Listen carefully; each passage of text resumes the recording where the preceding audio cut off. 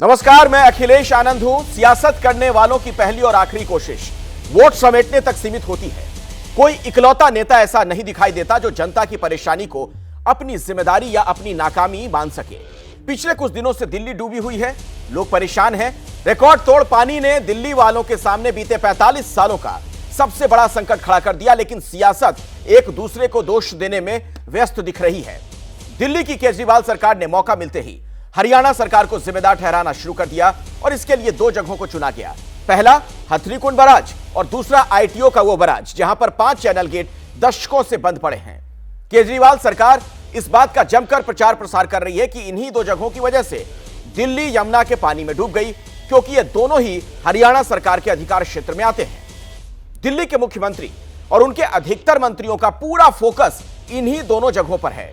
सौरभ भारद्वाज से लेकर आतिशी तक और खुद मुख्यमंत्री इसी बात पर फोकस कर रहे हैं कि यमुना से आया बाढ़ का पानी हरियाणा सरकार के सिर पर गिराया जा सके।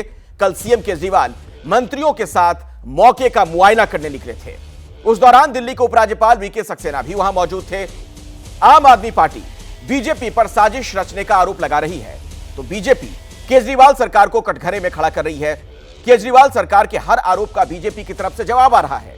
आज फिर बीजेपी की तरफ से केजरीवाल सरकार को बहानेबाज बताया गया।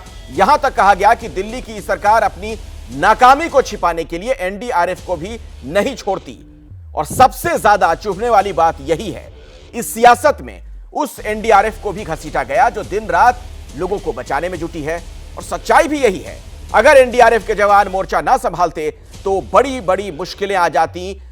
इन सब के अलावा आईएनएफसी रेगुलेटर पर सेना ने पूरी ताकत के साथ काम करना शुरू कर दिया, जो अभी भी जारी है, यानी सेना की भी मदद लेनी पड़ी। इन सब के बीच दिल्ली में आईटीओ बैराज के बंद पड़े गेट खोलने के लिए अब नेवी और एयरफोर्स की एंट्री हो चुकी है। मुंबई से वेस्टर्न नेवल कमांड की टीम दिल्ली पहुंची, जो अंडर वाटर कटर और डाइविंग मशीन से दिल्ली की दिक्कत को दूर करेगी। यानी जवान अगर देवदूत के रूप में ना आए और जनता को नेताओं के भरोसे ही छोड़ दिया जाए तो बहुत बड़ी दिक्कत खड़ी हो सकती है। सवाल देखिए क्या है, क्या दिल्ली को डुबोने में सियासत जिम्मेदार है? क्योंकि यह उस दिल्ली की तस्वीर है जहां से देश की सरकार भी चलती है और यहीं का पूरा सिस्टम सैलाब में गोते लगा रहा है। आज इसी मुद्दे पर होगी हुंकार। उससे पहले आप देखिए कि कैसे गले में डूबी हुई दिल्ली को सियासत ने अपना हथियार बनाया है।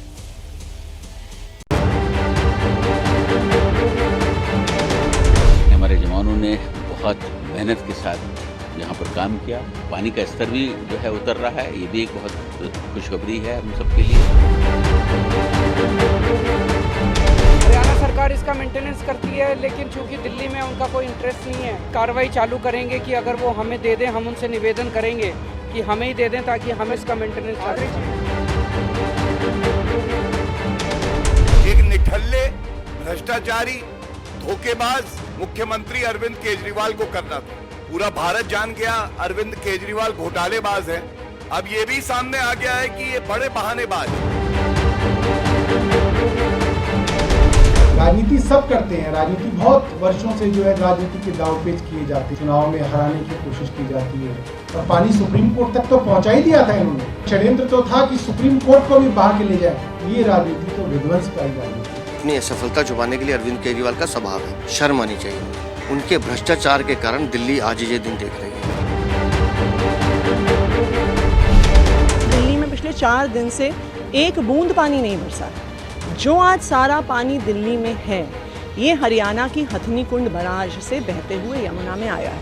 आरोप लगाना ऐसी सिचुएशन में जो ऑफिसर दिन रात काम कर रहे हैं, जब हम सब लोगों को मिलकर काम करना चाहिए, इस तरीके की बयानबाजी बहुत ही दुर्भाग्यपूर्ण है। 9 साल से सरकार में अगर आप 1 रुपया भी इंफ्रास्ट्रक्चर पे खर्च नहीं करेंगे, सिर्फ फ्रीबी की राजनीति करेंगे, वोट बैंक की राजनीति करेंगे, तो कभी ना कभी तो दिल्ली और इंफ्रास्ट्रक्चर कोलैप्स हो गई। दिल्ली के मुख्यमंत्री को और बाकी मंत्रियों को मालूम नहीं था कि 1 लाख क्यूसेक से ऊपर होते ही पानी हथनीकुंड में छोड़ा जाएगा। और 10 जुलाई को दिल्ली के मुख्यमंत्री का बयान है मीडिया के सामने कि कोई बाढ़ नहीं आने वाली। हमें गाली दे रहे हैं, वो देते रहे। गाली देने में क्या रखा है? तो ऐसी क्राइसिस है जिसमें इंसान को इंसान की मदद करनी चाहिए। एक दूसरे को गालियां देने से कोई फायदा नहीं है।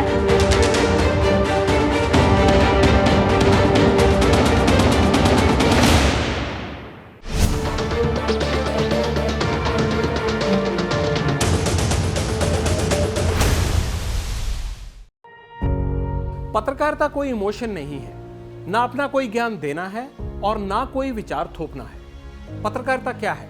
पत्रकारिता का मतलब है सही जानकारी इकट्ठा करना और तथ्य बताना। पत्रकारिता आज जितने महत्वपूर्ण दौर में है, शायद पहले नहीं थी। इस दौर से निकलने के लिए सिर्फ सच दिखाने की जरूरत है, वो सच जो आपके हित को आगे रखे। इसलिए अब रात 9 बजे प्राइम टाइम नहीं होगा, ये आपका टाइम है।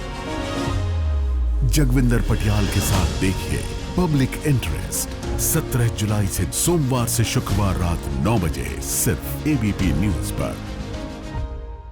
एबीपी न्यूज आपको रखे आगे।